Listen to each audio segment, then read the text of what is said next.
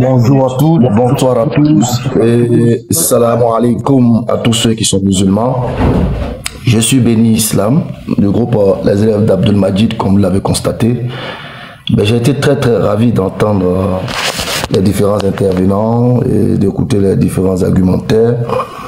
Mais moi, ma tristesse est toujours grande lorsque je me retrouve sur ce genre de forum. Parce qu'une chose est d'accuser, mais une chose également est de s'interroger soi-même. Lorsqu'on nous dit que la religion, je ne parlerai pas du christianisme, lorsqu'on nous dit que l'islam a abruti la jeunesse africaine, je me pose la question, avant l'avènement de l'islam proprement dit concernant le prophète Mohammed, paix et bénédiction sur lui, comment était cette jeunesse africaine avant que le prophète ne vienne avec le parachèvement de l'islam? Quel était l'état de développement dans tous les secteurs de nos peuples, de nos ancêtres et de nos parents, dans nos différents villages et tribus respectifs? Voici des interrogations saines qu'il faut se faire avant de pouvoir accuser. Vous savez, tout à l'heure, je disais à des frères, je dis quand je vais monter, vous allez constater que ça sera la débandade. Donc tout à l'heure, je disais que effectivement, quand vous dites que l'islam a abruti la jeunesse africaine, vous avez peut-être raison, parce que quand moi je lis dans la sourate 62, verset 10, quand je lis dans la sourate 62, verset 10, il est clair que le Coran nous dit, au travers du prophète, que lorsqu'on finit les actes d'adoration, il faut se disperser à la face de la terre pour aller travailler, pour rechercher son gagne-pain. Oui, le Coran peut-être abruti la jeunesse. Vous avez peut-être raison, parce que je lis dans la sourate 6, le verset 151 et plus, on nous dit, venez, je vais vous apprendre ce que votre Seigneur a interdit. Et on va nous citer des éléments effectivement qui abrutissent la jeunesse africaine. On nous dit, n'associez rien à Dieu, soyez bienfaisants envers vos pères et mères, ne tuez pas vos enfants pour cause de pauvreté. Voici des éléments qui abrutissent la jeunesse. Nous vous nourrissons tout comme eux. N'approchez pas des turpitudes, ouvertement ou en cachette. Ne tuez qu'en justice, la légitime défense, la vie qu'Allah a rendue sacrée. Ouais, ça c'est des éléments qui abrutissent la jeunesse africaine. Voilà ce qu'Allah vous a recommandé de faire. Peut-être comprendrez-vous. Et ne vous approchez pas des biens de l'orphelin que de la plus belle des manières, jusqu'à ce qu'il atteigne sa majorité. Et donnez la juste mesure et le bon poids en toute justice. Waouh, ça c'est des éléments du Coran qui abrutissent la jeunesse. Nous n'imposons à aucune âme selon sa capacité. Et quand vous parlez, soyez équitable, même s'il s'agit d'un proche parent. Et remplissez vos engagements envers Allah, voilà ce qu'il vous enjoint. Peut-être vous rappellerez-vous. Ah ouais, voici des éléments clés qui abrutissent la jeunesse africaine que moi j'ai découvert dans le Coran. Et lorsque je prends la sourate 42, là il nous dit repoussez le mal par ce qui est meilleur, de sorte que celui avec qui vous avez une animosité deviendra tel un ami chaleureux. Et là je me suis dit, écoutez, ça c'est des éléments qui vraiment abrutissent la jeunesse africaine, particulièrement la jeunesse musulmane, ce qui fait que l'Afrique est vraiment en retard. Et lorsque je continue de lire le Coran, je prends dans la sourate 5, verset 90 à 91, on me dit, arrêtez de vous approcher de l'alcool, qui est très destructrice et c'est l'œuvre du diable. Oh, la jeunesse africaine est vraiment abrutie par le Coran. Là, je m'interroge toujours. Donc, pour dire quoi? Il faut arrêter à un moment donné. Regardez dans la bonne direction. Nous, on a reçu le rappel de notre saine éducation. Quand vous prenez dans les années du XVIIe siècle, allez-y lire l'histoire du Dahomey. Vous allez comprendre quelle a été l'attitude et le comportement de certains rois du Dahomey. Où on tuait et on faisait des sacrifices humains avec des prisonniers. Là, on ne nous dira pas que c'est le Coran qui a enseigné à le faire. Il faut arrêter à un moment donné. Lorsque je regarde encore dans l'histoire de mon bien-aimé prophète, Mohammed ibn Abdallah, il reçoit la révélation par ceci. Lis. Monsieur, et lorsque je m'assois, vous êtes en train de réciter le Coran, vous ne touchez même pas au sujet en fait. Ça devient quel est l'impact des religions sur les sociétés? Il y a 5 minutes, vous avez déjà fini de lire. Vous ne répondez pas au sujet, monsieur. Répondez à la question. Laissez-moi, je suis en train de répondre à l'impact. Je réponds à l'impact. Est-ce qu'on peut se calmer? Je suis en train de répondre à l'impact qu'a l'islam et le Coran sur la jeunesse africaine. Voilà, je suis en train de répondre. C'est-à-dire l'impact négatif du Coran sur la jeunesse. Lorsque le Coran interdit à la jeunesse d'aller boire l'alcool, c'est négatif. Lorsque le Coran rappelle à l'homme quelques droits de respect parental, quelques droits de respect sociétal, c'est dangereux pour la jeunesse africaine. Lorsque le Coran nous dit de repousser le mal par ce qui est bien, de sorte que l'adversaire devient un ami, c'est dangereux pour la jeunesse africaine. C'est ce que j'essaie de faire. Je vous démontre clairement que vous avez raison. Que le Coran et l'islam n'ont pas d'impact positif sur la jeunesse africaine. Je suis en train de vous aider. Donc, permettez que je puisse continuer. Donc, c'est dangereux lorsque le Coran dit que n'abandonnez pas tout pour une piété exagérée. Quand vous finissez les rites cultuels et l'adoration, dispersez-vous à la face de la terre et allez-y travailler. Ça, c'est dangereux pour la jeunesse africaine. Lorsque le Coran, je lis le Coran et que je regarde, et qu'on me dit dans la sourate 49, verset 13, que l'homme noir n'est pas supérieur au blanc, que l'arabe n'est pas supérieur au noir, et qu'on me dit que la supériorité se définit par le baromètre de la piété, j'ai dit ça, c'est dangereux pour la jeunesse africaine. Parce que on nous demande à ce que l'homme noir qui est en train de combattre un pseudo-racisme que je ne décris pas, mais en même temps qu'il combat ce racisme, lui-même se positionne dans un état de raciste. Parce qu'il veut étaler, démontrer, prouver et asseoir une certaine autorité de sa race noire. Ça aussi, c'est un petit signe de racisme. Donc c'est pourquoi je dis, faisons attention, ne nous trompons pas de combat. Quand on veut combattre ou étaler l'importance ou la place de l'Africain dans la société, évitez d'associer les religions. Évitez de faire des religions les causes de tous vos maux. Sans cela, je vais en revenir. Donc je vous dis ceci. Allah subhanahu wa ta'ala nous dit, dans le dernier sermon du prophète, paix et bénédiction sur lui, il a rassemblé tout son peuple et il leur a étalé l'importance et le résumé de tout ce qu'il a enseigné. Le blanc n'est pas supérieur au blanc. Aucune race n'est au-dessus d'une autre race. Le baromètre de supériorité doit se définir par celui qui craindra le plus le Créateur. Et il nous rappelle également dans la sourate 30, à partir du verset 21, que la variété de nos idiomes, de nos couleurs, de nos ethnies, ne sont qu'une beauté architecturale du Créateur suprême et non un baromètre de supériorité. Donc, hommes noirs, sortez de vos pleurniches. Réfléchissez comment vous allez travailler pour développer l'Afrique, parce qu'à mon sens, le Coran n'est pas un frein au travail, le Coran n'est pas un frein au développement de l'Afrique, le Coran est mon bien-être social. Grâce au Coran, au rappel de mon être, moi je ne tue pas, moi je ne bois pas, moi je n'agresse pas, moi je ne violente pas. Je défends l'opprimé. Même les arbres ont leurs droits chez moi. Même les animaux ont leurs droits chez moi. Lorsque je dois immoler une bête pour mon alimentation, je prends la peine de bien aiguiser ma lame pour ne pas faire souffrir la bête. Donc cherchez à comprendre l'islam au-delà de quelques brins de haine que vous avez face à cette religion. Je vous remercie. Alors, bon, je viens d'entendre quelqu'un qui nous a récité le Coran avec tellement de fierté. Bon, il a pris simplement les bouts qu'il arrangeait, il intéressait.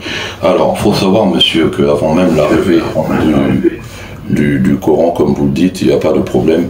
Il faut savoir qu'en Afrique, les gens n'étaient pas des abrutis. Les Africains avaient leur religion. Vous avez pris par exemple l'exemple sur le Bénin avec le roi du Dahomey, par exemple, qui sacrifiait des êtres humains. Ce que ce monsieur oublie de souligner, c'est que même à l'arrivée de l'islam, les musulmans sacrifiaient des humains qu'ils jugeaient comme étant des mécréants. Voilà, simplement.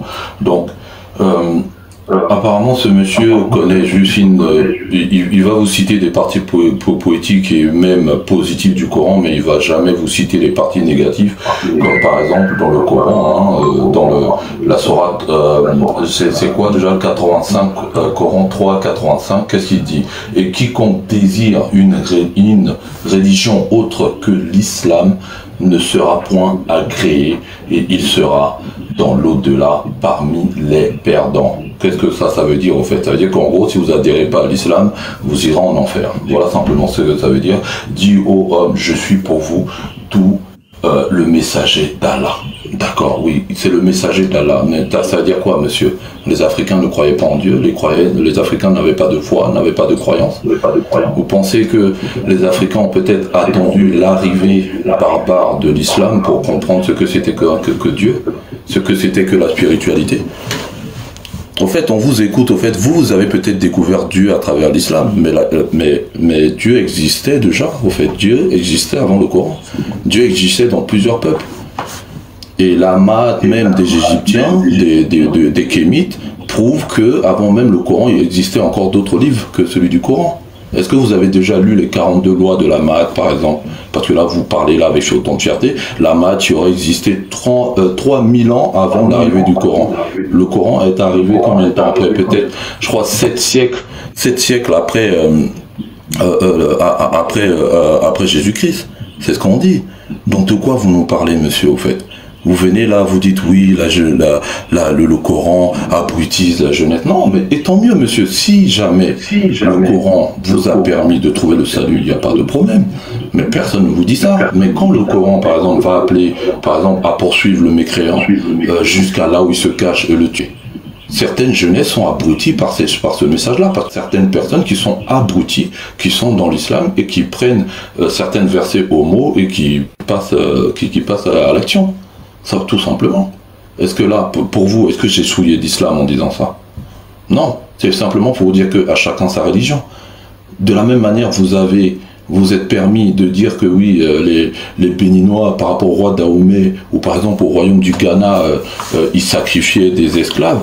Mais c'est de la même façon que les musulmans ont eu des esclaves et les ont sacrifiés. Voilà, des esclaves qu'ils ont eu tout simplement de par leur couleur de peau, par exemple. Voilà, c'était pas jugé qu'ils soient des mécréants ou pas, c'était simplement des noirs qu'ils ont attrapés, fait tout ce qu'ils avaient à faire au nom de l'islam. Écoute, voilà frère, tu sais, on t'a écouté sincèrement, mais bon, moi je vois avec ta fierté, on a l'impression que ta religion c'est la meilleure, et à partir de ta religion, tu respectes pas celui des autres. Et simplement ce que j'ai à te dire, les Noirs avaient déjà une religion, ils avaient une spiritualité avant l'arrivée du Coran. Peut-être que toi tu l'as pas compris, mais les Noirs aujourd'hui et ceux d'hier n'étaient pas abrutis au fait. Tu comprends? Ok, merci beaucoup. Bienvenue, Fétiche. Je t'ai cherché partout, là, depuis ce matin. Ouais, bonsoir, ma sœur. Bonsoir. Non, j'ai pas grand chose à dire sur les religions. Je pense que les fétiches de guerre, on en a déjà dit assez.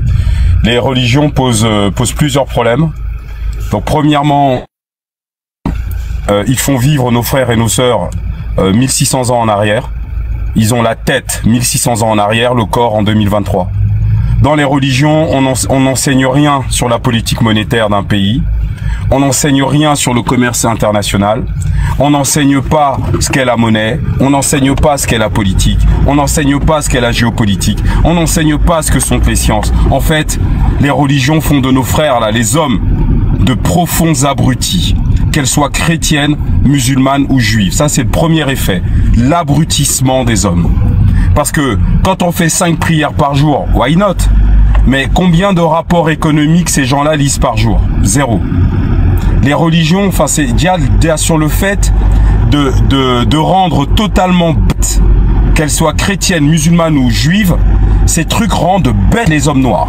Totalement déconnectés des réalités. Ça, c'est un premier problème. Le deuxième problème, c'est que ces religions préparent les hommes noirs d'Afrique et de la diaspora, en tout cas les hommes noirs, à être dévorés. C'est ce qu'on appelle le panarabisme. C'est quoi le panarabisme? C'est l'extension du monde arabe par le truchement, par le biais des religions. C'est les religions qui permettent aux Arabes de venir s'installer chez nous, de prendre le pouvoir chez nous et de nous réduire en esclaves. Exemple, Mauritanie. Exemple, Soudan. Exemple, Érythrée. Vous voulez d'autres exemples? À travers les religions, en fait, c'est des choses qui combattent pour les peuples qui nous les ont emmenés, en fait. C'est-à-dire que elles nous affaiblissent et elles leur permettent, le moment voulu, le moment venu, eh ben, de venir chez nous et de prendre possession. C'est-à-dire que vous prenez un pays comme le Cameroun, tu peux te retrouver dans un village, avoir un maire qui est libanais, parce qu'il est musulman. Et comme il est musulman, bah, tous les noirs qui sont majoritaires dans le village vont voter pour lui. Pourquoi? Parce qu'il est blanc et il est musulman. Donc, ça va inférioriser l'homme noir vis-à-vis du blanc, vis-à-vis de l'arabe, vis-à-vis du juif. Et donc, si vous voulez, ce sentiment de puissance que notre peuple a besoin pour sa souveraineté, bah c'est mort. C'est mort. Donc ça, c'est un vrai problème aussi. Donc il faut arrêter de dire que oui, non, vous mélangez tout. Ah bon? Bah tous ceux qui ont massacré des gens au Moyen-Orient et dans le Sahel avec leur drapeau noir là, bah je peux vous assurer qu'il n'y a rien qu'ils font qui ne soit pas écrit dans le Coran. Rien de ce qu'ils font ces gens-là n'est pas écrit dans le Coran. Qu'on me trouve dans le Coran où il est écrit qu'on n'a pas le droit de tuer mécréants. Allez-y. Rien, je vous dis, les drapeaux noirs là. Bah allez voir si rien de ce qu'ils font dans leur agissement n'est pas écrit dans le Coran. Eux, ils appliquent le Coran à la lettre parce qu'ils la lisent.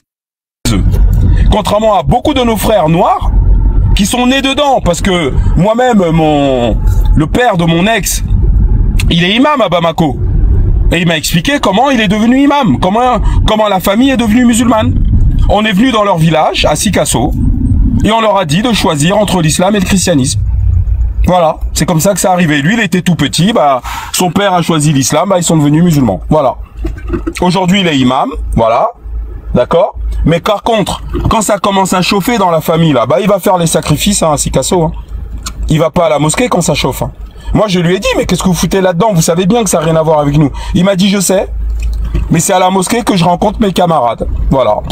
Donc, en gros, c'est les deux véritables problèmes que posent ces religions. C'est premièrement, elles nous abrutissent. On n'arrive pas à vivre dans le monde réel. Voilà, on est ignare, on connaît rien. Surtout, on est vraiment totalement ignare. Ça, c'est le vrai problème. On n'apprend rien. On vit il y a 2000 ans. Voilà, ça c'est un problème. Donc ça veut dire que sur tous les aspects économiques, etc., on est largué.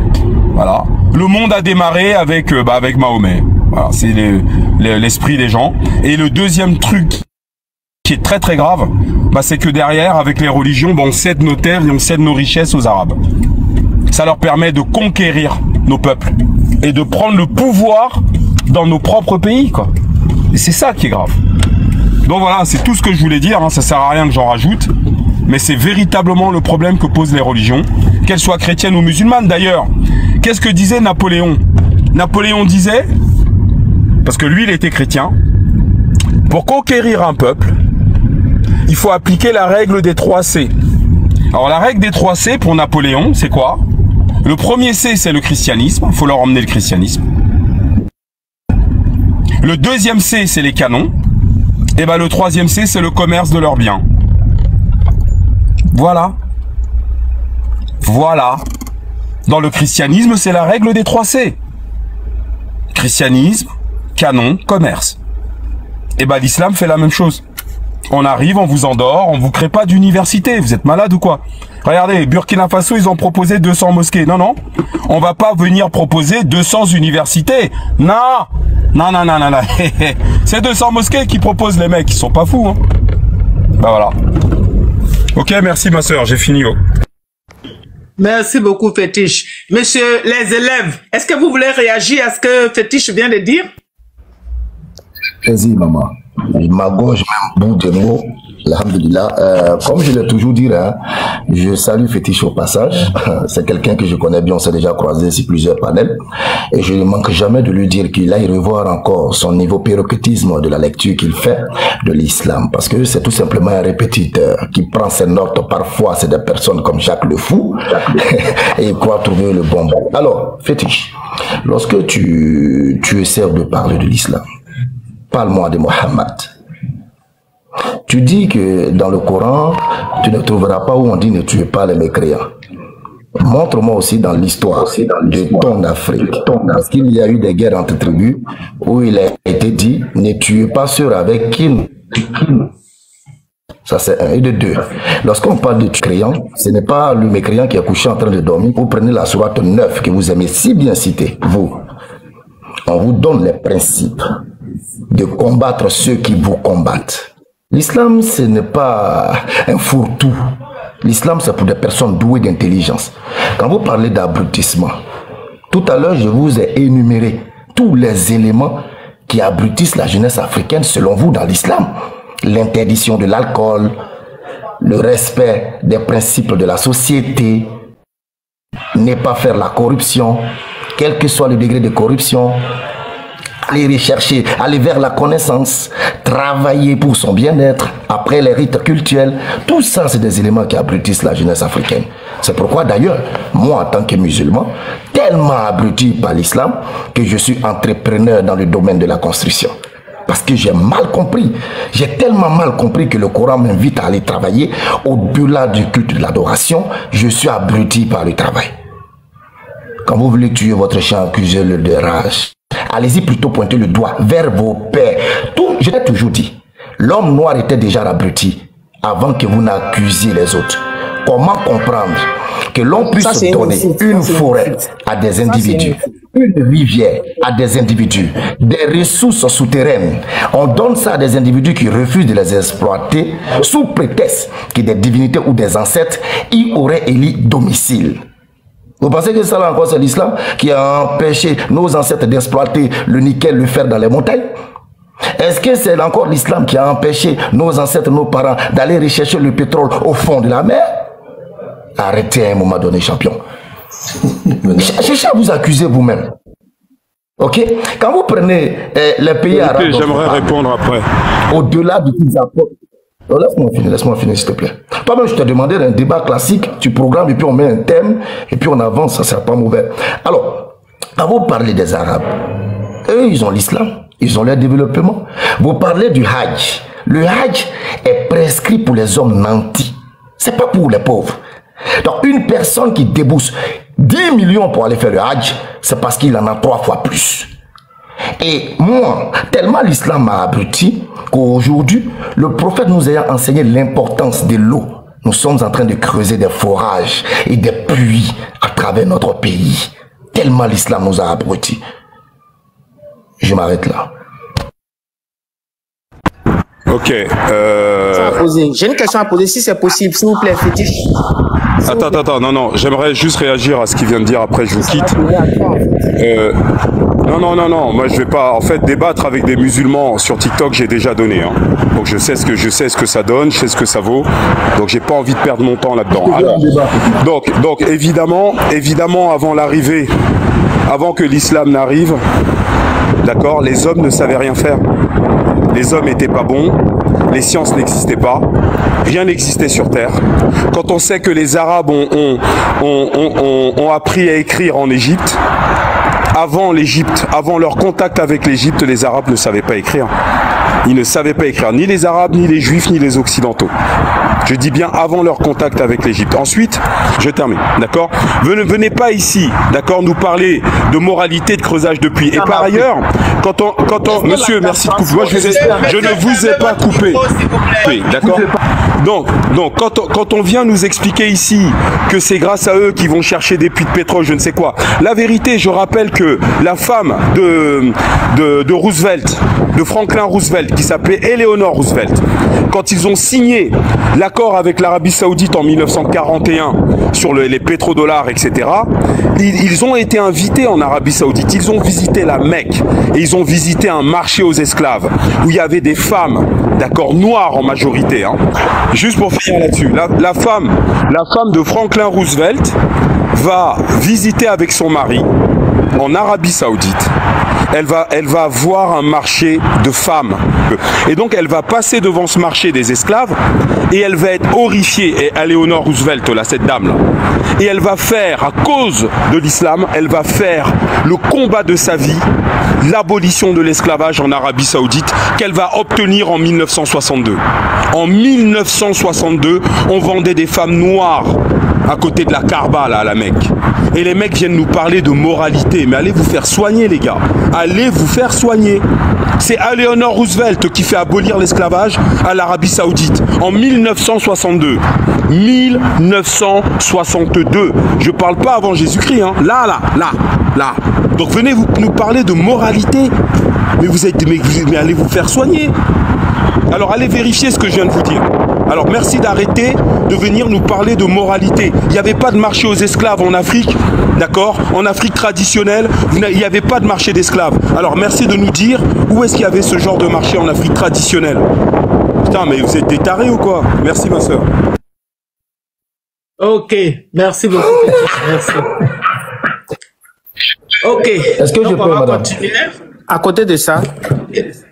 Et vous avez répondu, monsieur. Est-ce que je peux réagir? Vous êtes intervenu. Oui, il y a d'autres qui sont là. Ouais. Ah ben il est parti alors. Voilà. Moi je veux juste dire quelque chose. Allô, il ne peut que fuir. Allô. Voilà, je descends rapidement. Je finis de parler et je descends rapidement. D'abord le thème. Okay. Voilà, le thème c'est l'impact des religions sur la société africaine. Il s'agit pas d'énoncer des faits de capacité ou d'aptitude morale de l'être humain et dire que c'est ce que la religion a apporté. C'est pas vrai.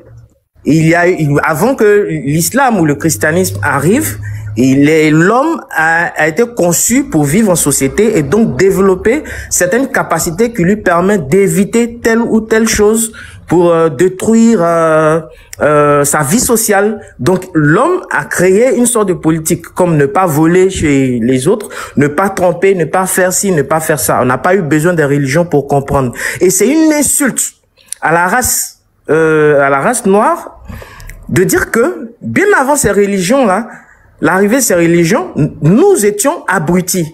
Alors qu'il y a eu des gens qui ont réussi à façonner l'or, qui avaient une politique bien établie, qui avaient des charpentiers, des artisans et autres, et qui avaient un art à mieux exporter aux autres, tel que Dracon, quand il rentre en Égypte, il voit pour la première fois le traité de démocratie, parce qu'il se rend compte que les Africains avaient un système politique qui mettait au pied d'égalité tout le monde. Et quand il rentre en Grèce antique, il érige pour la première fois le traité de la démocratie. Et ça, ils le savent. L'impact des religions, c'est que pour contrôler un être humain, il faut contrôler son mental. Et donc, le noir a perdu sa capacité à innover. Parce que sa capacité intellectuelle à comprendre son monde et son environnement a changé au profit des valeurs culturelles des autres. Du coup, tout ce qu'on va faire, c'est de suivre ce que les autres disent. Parce qu'on n'arrive pas à s'épanouir en tant qu'individu. On a perdu notre valeur culturelle. On n'arrive pas à réfléchir, à réévaluer notre monde en fonction de notre capacité culturelle et intellectuelle. Tout ce qu'on nous a inséré dans nos cellules, c'est ce que les autres ont dit, c'est ce que le Dieu des autres a dit. Du coup, en matière scientifique, on n'évolue pas. Ça, c'est l'impact en matière de technologie. En matière de politique, on ne fait faire qu'un copier-coller de la politique des autres. En matière de culture, aujourd'hui, c'est la merde. Moi, dans mon village, mon grand-père s'appelle Séri. Aujourd'hui, donner Séri à un enfant, quand il dit il s'appelle Séri, du coup, les autres se moquent parce qu'il ne s'appelle pas Jean-Marc, Didier et autres. Aujourd'hui, aller en France, aller dans les pays européens, vous êtes plus apprécié que celui qui vit au village. C'est inséré dans les cellules des autres, des Africains, parce que on a substitué à leur intelligence une nouvelle façon de penser en fonction des autres. La Bible et le Coran sont-ils fiables? Historiquement, non. Parce que rien, il n'y a pas de fouilles archéologiques qui prouvent que tel ou tel a eu un impact historique, surtout Jésus, parce que Jésus même c'est la merde. Voilà, je vais pas rentrer dans ce débat, mais pour moi, l'homme noir doit rester connecté à ses entités, parce que c'est la seule façon de se réinventer son univers politique. Aujourd'hui, l'Africain a besoin à son statut politique, des initiés qui vont permettre de revisiter la politique diplomatique, de revisiter les échanges commerciaux, de revisiter l'éducation en fonction des aptitudes intellectuelles et culturelles de l'Africain. Que ces religions-là s'éloignent de nous, parce que tant qu'ils sont là, tant que ces religions-là sont là, l'Africain va pas perdre assez de valeur à réinventer son monde et ce sera la catastrophe. Merci. Oui, donc comme je disais, voilà, voici un frère musulman qui montre et qui vient qui veut nous faire croire que c'est l'islam qui a ramené la civilisation en Afrique, c'est l'islam par exemple qui a rendu les Africains intelligents. Ce mec-là n'est même pas capable de se dire que dans sa propre lignée, d'accord, avant même que l'islam arrive, il y avait des gens qui étaient beaucoup plus forts et beaucoup plus intelligents que ça. Il n'arrive même pas à nous dire ici que la culture africaine, par exemple, celle qui a apporté la connaissance, par exemple, aux gens qui adorent tant qu'ils sont des Arabes, au fait. Voilà. Jamais, ou plus grand, jamais un arabe va accepter de porter le nom d'un africain, d'un négro africain. Mais c'est simplement des noirs complexés qui vont le faire. Donc c'est pour ça qu'on dit des fois à certains noirs musulmans qui sont complexés, justement. Parce que regardez ce que ce monsieur-là nous dit. Déjà, il débarque sur un panel où il commence à dire salam alaikum, déjà aux musulmans. Déjà, c'est pas musulman. Le musulman n'est pas une langue. C'est la langue arabe déjà. Donc sincèrement, pour te reprendre là-dessus, c'est juste la langue arabe. C'est en arabe qu'on salue en disant salam alaikum. C'est pas simplement à un musulman. Tu ne sais même pas que l'islam, par exemple, c'est la culture religieuse des arabes. T'arrives même pas à te poser cette question-là, au fait. Donc sincèrement, tu viens là à nous dire oui, l'islam a abouti, l'islam a abouti. Mais je vais te dire quelque chose. Tu sais, les plus grands penseurs de ce monde ont bu de l'alcool. Les gens les plus intelligents, même les scientifiques de ce monde, ont bu de l'alcool. Mais pour autant, ils n'étaient pas musulmans. Mais pourtant, ils buvaient de l'alcool. Pourquoi ces gens-là sont devenus les plus grands scientifiques de ce monde? Donc tu vas me dire quoi? Il faut être musulman pour être très intelligent, pour être un entrepreneur, pour être, je sais pas, au-dessus de la civilisation? Non, monsieur. C'est pas de ça qu'il s'agit. On n'a jamais dit ici que le Coran a abouti. Ça dit déjà, c'est ce que je t'ai expliqué tout à l'heure en te disant que si quelqu'un est déjà bête et qui vient lire le Coran et qu'il l'interprète pas de la bonne manière, il ira faire des conneries. Voilà ce que je t'ai expliqué. T'as même pas été capable de dire ça. T'es simplement venu faire les éloges de ton prophète Mahomet. Voilà, comme d'habitude, c'est l'homme le plus tellement parfait. Voilà, avec tout ce que certains ont dû lire sur sa biographie, comme quoi il s'est marié avec une petite fille de 9 ans, plein de trucs comme ça, voilà, plein d'histoires comme ça en fait. Donc je ne comprends pas. Et sincèrement, si tu ne connais pas ton histoire, moi je vais te dire quelque chose. C'est que les Africains, bien avant que le Coran n'arrive, j'avais déjà la Bible. Tu comprends? Et c'est pour te dire que le Coran même est un plagiat de la Bible. Qui la Bible elle-même est un plagiat de la Torah. Si tu es vraiment un musulman, comme tu le dis, et que tu es de bon sens, d'accord, tu vas savoir que la religion, c'est quelque chose de personnel. C'est quelque chose qui doit t'éduquer personnellement, toi. Mais apparemment, je vois que toi, tu as besoin du Coran et tu as besoin de ça pour t'éduquer. Alors qu'un spirituel, comme un Africain, c'est quelqu'un qui l'a déjà en lui. Il a même pas besoin qu'on lui parle de Dieu pour croire en Dieu, parce que ça fait déjà partie de son paradigme.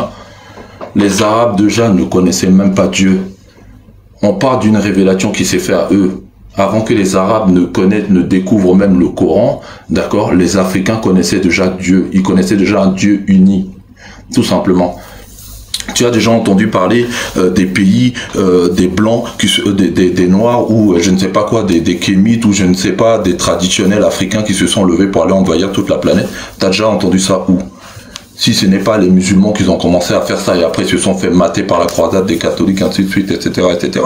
Ben non, quand tu ne connais même pas ta propre histoire, ne viens pas ici nous faire des éloges sur une religion que toi-même tu ne maîtrises pas, au fait, simplement. Lui qui est établi, vérifié, juridiquement certifié, les femmes en Égypte antique avaient le droit de divorcer de leur mari. Elles avaient le droit de divorcer. Et d'ailleurs, quand elles divorçaient, les jugements étaient toujours favorables à la femme. Elles avaient le droit de divorcer, de se remarier. Elles étaient totalement libres. Totalement libres. Il n'y avait pas en Égypte antique d'infériorité ou de soumission. Ça, c'est un mot aussi qui est d'une violence, le mot soumission, de la femme ou de quoi que ce soit. Elles n'étaient pas concernées. Voilà. Elles étaient portées au nu parce que c'est elles qui donnaient la vie, pas les hommes. Donc c'est elles qui étaient protégées. Elles étaient libres d'aller et venir, de sortir, d'avoir leur commerce. Elles n'avaient pas d'obligation ou de demande à formuler auprès de leur mari pour pouvoir sortir ou faire quoi que ce soit. Et on est des milliers d'années avant l'arrivée de ces malédictions abrahamiques. Alors maintenant, allez voir sincèrement la condition de la femme dans l'islam. D'ailleurs, je pense que c'est les musulmanes qui ont quitté ce truc, qui en parlent le mieux, qu'elles soient arabes ou noires. Mais allez écouter leurs témoignages de calvaire qu'elles vivent en étant sous l'islam. Faut aller entendre ce que disent ces filles. Et j'ai demandé une fois à l'enfant terrible, un autre grand prêcheur d'Allah, j'ai demandé à l'enfant terrible qu'il me donne le nom d'une sourate, d'accord, qui dit du bien des femmes. Eh bien, il m'a donné la sourate, tenez-vous bien, de la vache. Et quand tu vas voir la sourate de la vache, c'est un truc qui fait 150 pages. Mais alors, pourquoi la sourate qui parle des femmes s'appelle la sourate de la vache?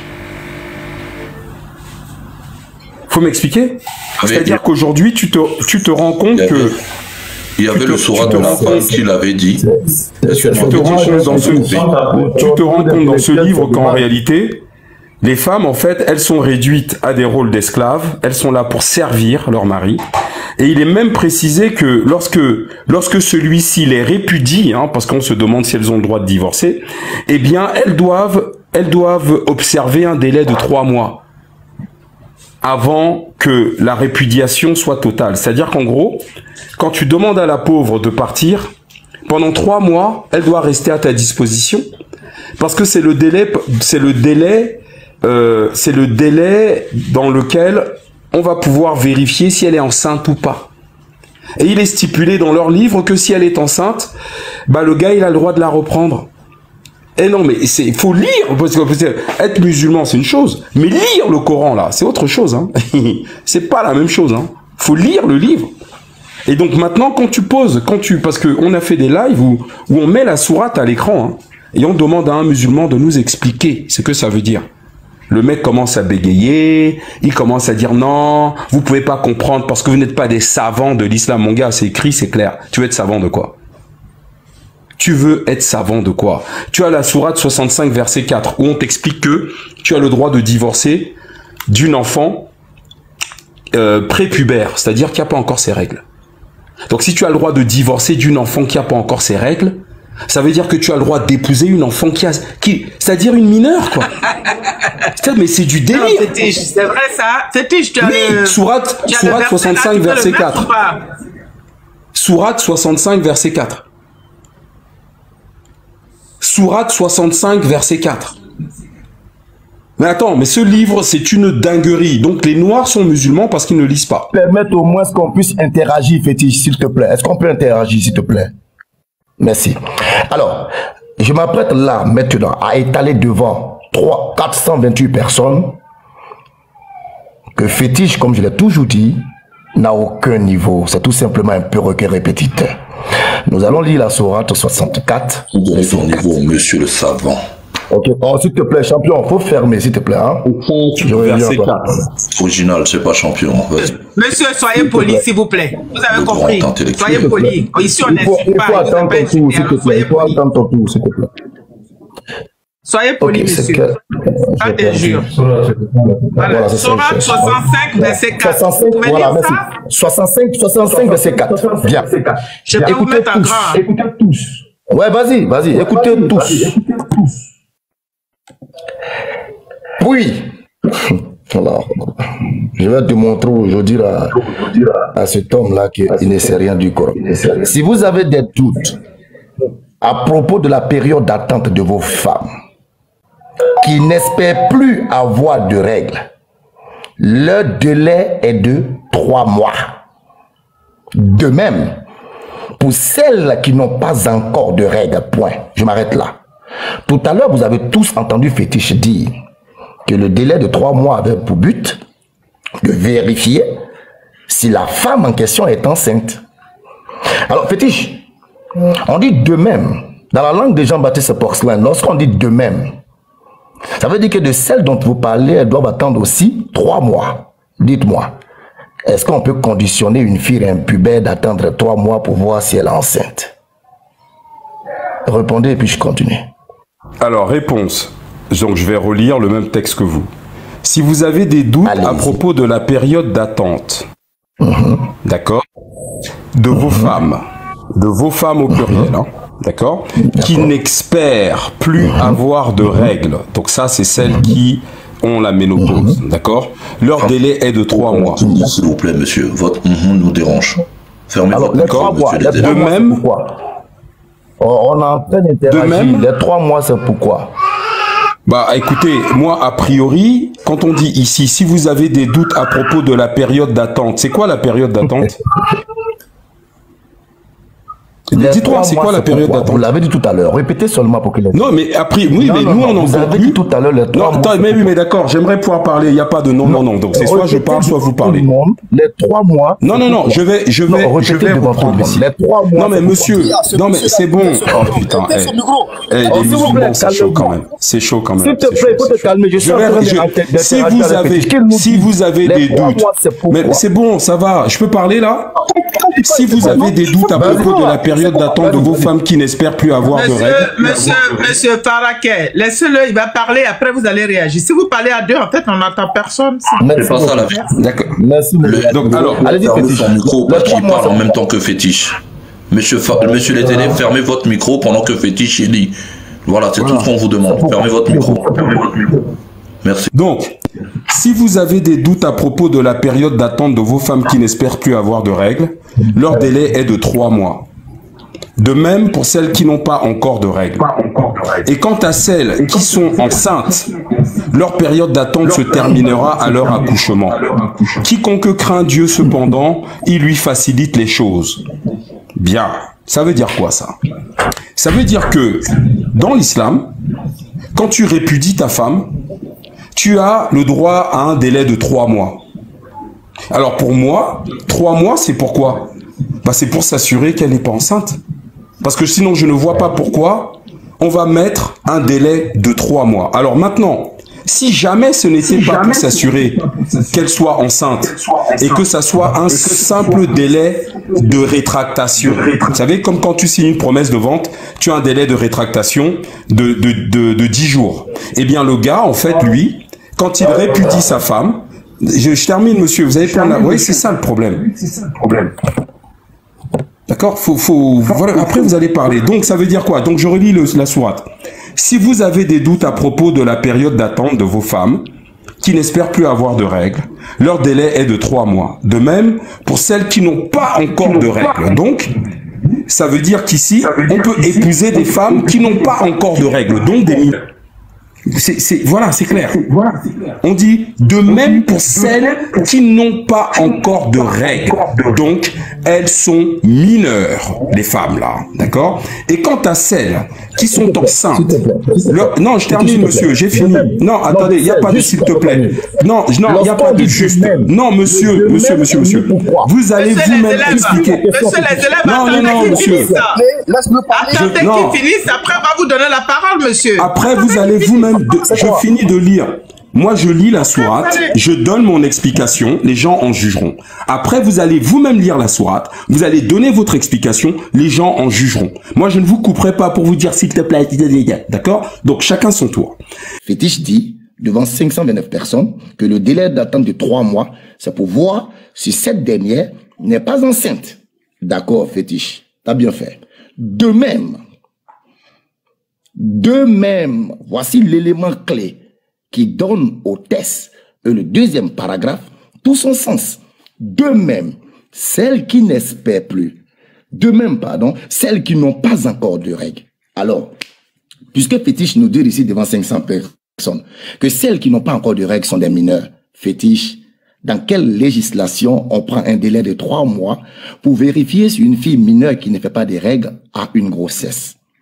Depuis quand une fille mineure qui ne fait pas de menstru peut prendre une grossesse et nous allons attendre 3 mois pour voir si elle est enceinte? Vous voyez? De quoi tu... Je te l'ai déjà dit. Alors, à qui on s'adresse? À qui on s'adresse alors? Quand on dit celles qui n'ont pas encore de règles, c'est qui? Laissez-moi parler, justement. Est-ce que c'est les femmes ménopausées ou est-ce que c'est les femmes mineures? Non, pas du tout. Si vous dites que c'est des mineurs, là, 3 mois, c'est pourquoi la mineure l'attend 3 mois. Donc, ça va être, s'il vous plaît. Tout à l'heure, quand il parlait, personne ne parlait. Est-ce que je peux continuer? Black Origin, si tu en sais trop, tu me demandes un débat classique, on l'organise avec un thème, et puis on se laisse. Arrête de m'interrompre, s'il te plaît. Je suis tout simplement en train d'étaler l'ignorance intellectuelle, spirituelle et croyance de fétiche qui est très nulle. C'est ce qu'ils sont en train d'étaler. Je continue. Lui, il parle d'abrutissement et d'absurdité. Et il n'utilise même pas l'intelligence pour lire les textes du Coran. Juste de la passion. Juste l'envie de dénigrer. Le plaisir de salir. On te dit, de même que celles qui n'ont pas encore leur règle. Une femme elle menstrue périodiquement. Périodiquement. Et si elle n'a pas encore vu ses menstrues dans la période d'attente, elle rentre dans de même. Si ses menstrues devaient venir le 4 janvier ou le 4 décembre et que ce n'est pas encore arrivé, alors elle rentre dans le délai de 3 mois d'attente, comme la première citée. Depuis quand on contrôle la grossesse d'une fille qui ne fait pas de menstrues? Comment peut-on prendre une grossesse sans menstruation? Sur ce point-là, monsieur. Monsieur, moi j'ai une question à vous poser par rapport à ça. Ok, vous avez dit qu'il y avait un délai de 3 mois pour constater si la femme est enceinte ou pas. Maintenant, la deuxième phrase là. De même, pour celles qui n'ont pas encore ces règles. Pour celles qui n'ont pas encore ces règles. Pour vous, celle qui n'a pas encore ses règles, c'est quoi? Parce qu'il y a déjà une période de 3 mois. Donc, on ne peut pas dire pour celle qui n'a pas encore ses règles. Si elle n'a pas encore ses règles, c'est qu'elle n'a pas, elle est encore mineure. Elle n'a pas encore atteint l'âge d'avoir les règles. Moi, c'est comme ça que je comprends. Bon, dites-moi si c'est pas ça. Ok, dame, il n'y a pas de souci, il n'y a pas de souci. Pour comprendre le test, dites-moi, le de même là, est mis pourquoi? Silence. De même, ça veut dire que, selon la parole que vous avez écrit là, vous avez cité, vous avez dit, moi, ce que j'ai compris, hein, il y a 3 mois, si une femme, c'est-à-dire avant de divorcer, hein, si j'ai bien compris, c'est une femme qui divorce, ou bien un monsieur qui veut divorcer, voilà, qui veut divorcer, on doit attendre, la femme doit attendre 3 mois pour constater si cette personne, si cette dame, elle est enceinte. Mais cette, comment dire, c'est ça, hein, c'est bien ça, hein, si j'ai bien compris. Il faut constater 3 mois, c'est-à-dire une femme qui a déjà eu des rapports et qui part, qui doit divorcer, il faut qu'on attende une période de 3 mois pour savoir si elle a les règles. Maintenant, la suite de la sourate, de la sourate me donne raison, la vérité. Je vais la lire. Je vais lire la suite de la sourate, la vérité. Tu vas voir, j'ai raison. Fétiche, d'accord, tu vas lire, s'il te plaît. Attends une minute. Maintenant, comment je comprends? De même, celles qui n'ont pas encore les règles. Celles qui n'ont pas encore les règles, il y a 2. Soit elle n'a pas encore atteint l'âge d'avoir les règles, soit elle est ménopausée. D'accord. Alors, le de même, quelles sont les conditions du de même? Quelles sont les conditions du de même? Quelles sont les conditions? De même, ça veut dire que c'est idem, elle doit encore attendre. C'est-à-dire que c'est le mot attendre là. Ok, donc, si elle doit attendre 3 mois. Pareil pour celle, pareil. Ok. Si elle doit attendre 3 mois, est-ce qu'on peut donner un délai de 3 mois de vérification à une fille mineure qui ne fait pas de menstrues? Mais justement, c'est la question qu'on se pose. Alors pourquoi selon vous je vous répondre? Mais je vous ai répondu, il ne s'agit pas d'une mineure. Monsieur, c'est le français, hein. Ça, c'est pas le Coran, ça. C'est le français et tout le monde comprend ça. Tout le monde comprend le sens du français. Moi, j'ai compris comme ça. Soit la femme, elle n'a pas encore atteint l'âge d'avoir les règles, soit la femme, elle est ménopausée. Parce qu'une femme qui est ménopausée, elle n'a pas ses règles. Or, si une femme qui est ménopausée, on ne peut pas lui accorder un délai de 3 mois. Puisqu'elle ne rentre plus dans les conditions de tomber enceinte. Est-ce qu'on est d'accord, monsieur? Moi, je pense comme ça. Attendre une mineure qui ne voit pas de menstrues 3 mois. Pourquoi on fait attendre une mineure 3 mois qui ne fait pas de menstrues? La suite de la sourate, tu vas voir que j'ai raison. Je lis la suite de la sourate. Alors, la sourate continue. Merci de me mettre en grand, s'il te plaît. Je vais mettre la vidéo, comme ça les gens vont voir. Parce que, en fait, le truc, c'est que les types sont dans une religion où ils ne comprennent même pas les textes. C'est une blague. Alors, regarde. Mets-moi en grand, ma sœur. Mets-moi en grand, voilà. Donc, ici, qu'est-ce qu'on nous dit? Donc déjà, il faut faire attention à la syntaxe quand on lit un texte. Regardez. Si vous avez des doutes à propos de la période d'attente de vos femmes qui n'espèrent plus avoir de règles, leur délai est de 3 mois. Point. Il y a un point. D'accord? De même pour celles qui n'ont pas encore de règles. D'accord? Donc ça veut dire que la règle de 3 mois s'applique à celles aussi qui n'ont pas encore de règles. La règle d'attente de 3 mois. C'est comme un délai de rétractation. Mais c'est pas ça qui est important. Quand on va plus loin, regardez. On dit... Attendez.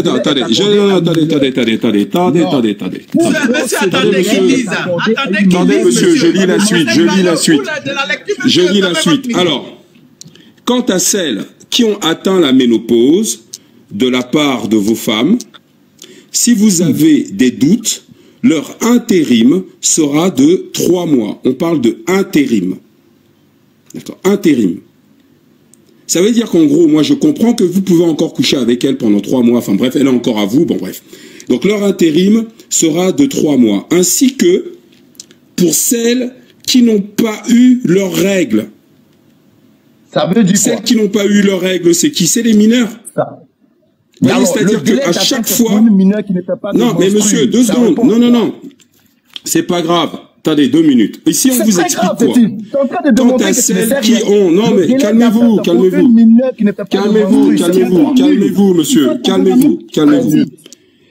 Quant à celles qui ont atteint la ménopause... Quant à celles qui ont atteint la ménopause de la part de vos femmes, moi c'est toujours pareil, c'est du bétail, hein, c'est du bétail. Si vous avez des doutes, leur intérim sera de 3 mois. Alors c'est intéressant d'aller voir ce que le mot intérim veut dire au sens large, hein, d'accord? Ainsi que pour celles qui n'ont pas eu leurs règles et celles qui sont déjà enceintes. Leur intérim est jusqu'à ce qu'elle accouche. Et quiconque, bon après ça c'est les histoires d'Allah, on s'en fout, d'accord? Donc en fait ici on retrouve toujours que pour celles qui n'ont pas eu leurs règles. C'est-à-dire que il y a deux options. Il y a 2 options dans le texte. Soit celles qui n'ont pas eu leurs règles sont mineures. Parce que dans ce cas-là, pour moi, ici, on fait mention des mineurs. Parce qu'une femme qui est dans sa période où elle n'a pas ses règles, on n'a pas besoin de mettre celles qui n'ont pas eu leurs règles. Celles qui n'ont pas eu leurs règles, c'est les mineurs. C'est soit tu es monopausé, soit tu as tes règles, soit tu n'as pas tes règles parce que tu es mineur. Chez les femmes, il y a trois positions. Je n'ai pas mes règles. Je n'ai pas mes règles parce que je suis mineur. 2, j'ai mes règles parce que, ça y est, je suis plus mineur. C'est-à-dire que j'ai plus de 13 ans, etc. Voilà. Et 3, je suis ménopausé. Il n'y a pas d'autres options. Soit une femme a ses règles, bon, voilà, c'est une femme adulte, ou même ado, elle a ses règles, c'est normal, voilà. Mais quand on dit une femme qui n'a pas ses règles, une femme qui n'a pas, celles qui n'ont pas leurs règles, on ne dit pas celles qui n'ont plus, ou qui n'ont pas encore leurs règles, celles qui n'ont pas du tout leurs règles, c'est des mineurs, ça. Je suis désolé, c'est des mineurs. Voilà, je vois pas, vous voulez dire quoi? C'est du français, il n'y a pas besoin d'être savant. Ok, merci Fétiche. De même, est-ce qu'une fille mineure qui... Est-ce qu'elle peut attendre 3 mois? Elle attend 3 mois pour croire. De même, je pense que tout est clair pour ceux qui veulent comprendre. Moi, je ne reviendrai plus sur ce verset parce que ce verset, il est clair. Le de même veut dire réciproquement, même chose, pareil. Donc, si pour vous, selon votre science kémite et kamite, une mineure qui ne fait pas de menstru peut attendre 3 mois pour voir si elle est enceinte, ça n'engage que vous. Mais dans le texte, il ne s'agit pas de mineurs. Juste que vous êtes dans 3 mois pour voir si elle est enceinte. Le texte octroie un délai de réflexion aux hommes. J'étais déjà couché.